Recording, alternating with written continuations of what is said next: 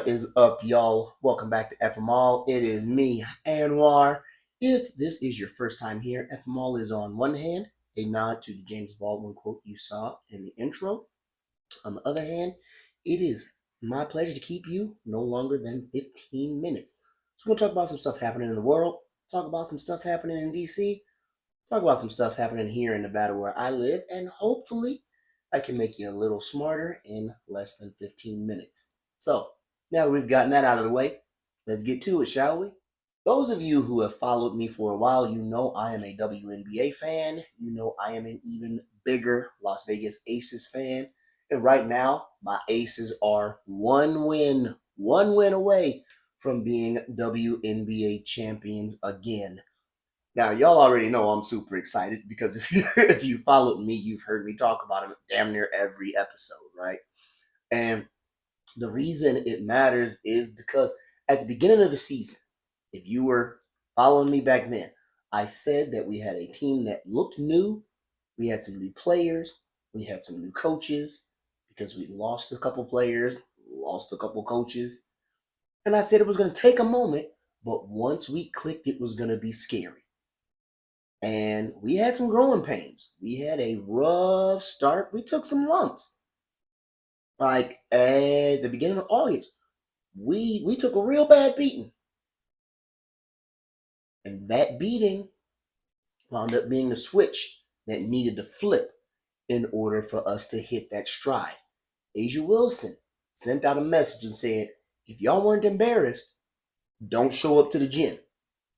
And the reason she was able to say that is because the whole team knows that A'ja Wilson would run through a wall for them.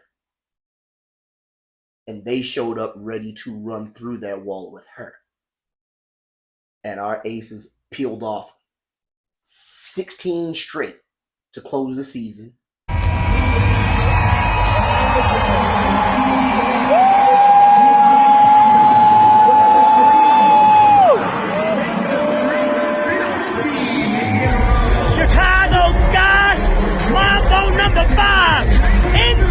Singing bye, bye, bye. Don't matter. Aces in 5. Bitch. Woo! And so we went from people saying that A'ja was washed up. Shut What the hell are you talking about? And that the Aces were done. And that we might not even make the playoffs. We went from that to the number 2 seed. And now we are not only in the finals, but we are up 3-0 against the Phoenix Mercury and 1 win away from being WNBA champions. A'ja Wilson has played lights out throughout the entire playoffs, but especially here in these finals. Jackie Young has played amazing. I could talk about just the two of them for the next 20 minutes. And then when you add in Chelsea Gray and Dana Evans and Kirsten Bell and Megan Gustafson and Cheyenne Parker Ty is coming off of maternity leave. Like, wow.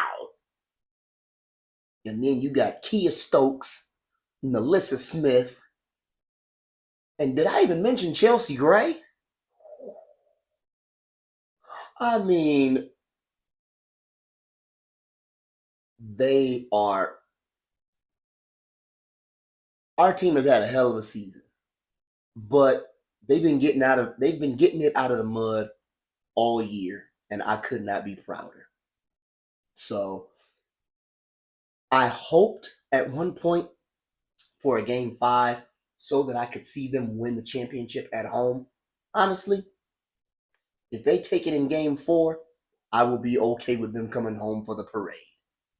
But because I've always said it this way, I'm going to say it at least one more time. Drink your water, brush your tongue, watch your goddamn mouth.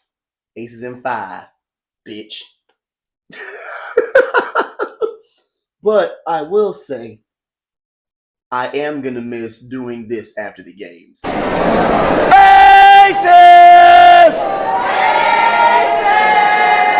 Aces! Woo! Yeah, that's pretty cool.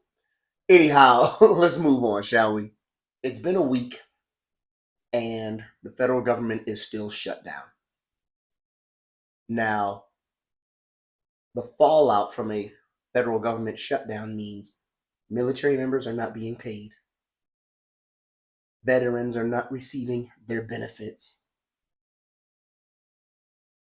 food insecurity is going up because now SNAP benefits and WIC benefits are being cut or not going out.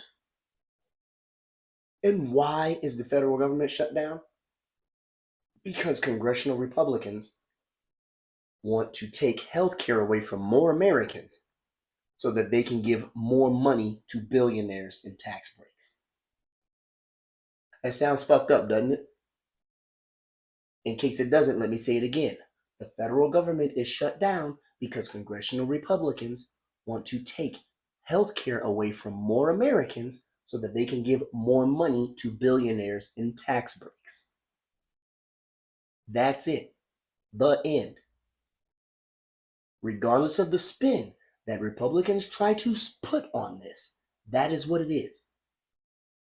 Republicans are working around the clock to blame Democrats. I need you to know I am not a Democrat. However, I do know that Republicans control the House of Representatives, the Senate, the White House, and even the Supreme Court. This shutdown is on them. Period. Do not let them convince you of anything else. This is on them. And the reason it's on them is because, one, they don't want to release the Epstein files. But even that is a smokescreen. To two, the bigger issue, which is that they want to take health care away from more people in order to give more money to billionaires. They want to take more things from people who need it so that they can give more to people who don't need it. That's the reality we're living in right now. And here in Nevada, what's our governor attempting to do about it? What's he got to say about it? Your guess is as good as mine, because nobody knows where the fuck he is. As a matter of fact, you should check out whereislombardo.com. You should check that out, because nobody knows where this guy is or what this dude is doing. It's almost hard to believe that he has the audacity to ask for a second term as governor. Because not only can we not find him, he refuses to protect children in schools. He refuses to protect tenants, be it from dilapidated housing or shitty leasing agreements or junk fees. He refuses to protect Nevadans from corporations buying up all the houses. You're a Nevadan and you want to become a homeowner? You know what Lombardo says? Fuck you! I wish I were making that up. I ain't that damn creative, y'all. He refuses to protect Nevadans from things like cyber attacks. Yeah, we got hacked a couple of weeks ago. I know I told you about it. He still ain't said much about that. But he's talking about calling legislators back to Carson City for a special session to potentially revive a film tax credit, which is a terrible deal for Nevada. Sweet deal for Hollywood, but last I checked, Hollywood ain't in Nevada.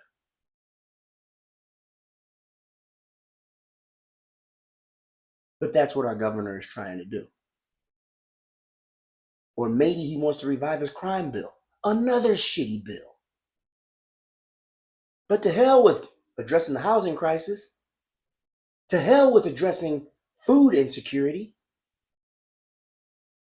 To hell with protecting Nevadans and the institution of the state. Nah.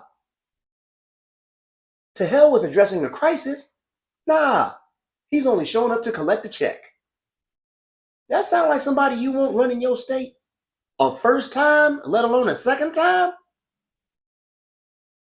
But this is what happens when you promote the sheriff after he openly admits that he's not good at his job.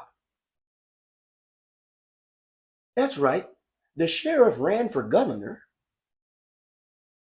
because crime was a problem. But I thought crime was your job as sheriff? Hey, what the fuck do I know? I can't even keep hair on my head. But if you ask me, don't sound like he deserves a second term. As far as I'm concerned, fuck that guy. Yep, I said it. That's yours, motherfucking punk ass friend. Fuck that guy. There, I said it again. So, as far as I'm concerned, it's time to get rid of his ass. So again, check out whereislombardo.com. And don't forget to follow my people at Nevada Megaphone. Now, I promised I wasn't going to keep y'all longer than 15 minutes, so it's about time for me to stop talking. 2026 is very close. Stay informed, y'all. Stay plugged in. And with that, I'm getting out of here. So as always, drink your water, brush your tongue, watch your goddamn mouth. I'm Anwar. See you next time.